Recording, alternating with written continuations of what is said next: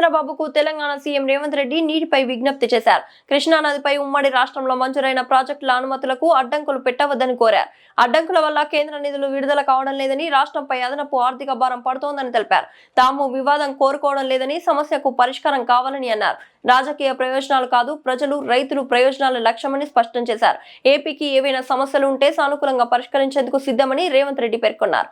పక్క రాష్ట్ర ముఖ్యమంత్రి గారికి నేను విజ్ఞప్తి చేస్తున్నా, కృష్ణా నదిలో ఉన్న మా పాలమూరు రంగారెడ్డి ఎత్తిపోతలు కావచ్చు, మా కల్వకుర్తి లిఫ్ట్ ఇరిగేషన్ కావచ్చు, మా డిండి ప్రాజెక్టు కావచ్చు, మా ఎస్ఎల్బిసి భీమా నెట్టంపాడు ప్రాజెక్టులు కావచ్చు, ఉమ్మడి రాష్ట్రంలోనే మంజూరైన ప్రాజెక్టులు. వీటి అనుమతులకు మీరు అడ్డంకి పెట్టకండి, వీటి అనుమతులకు మాకు సహకరించండి.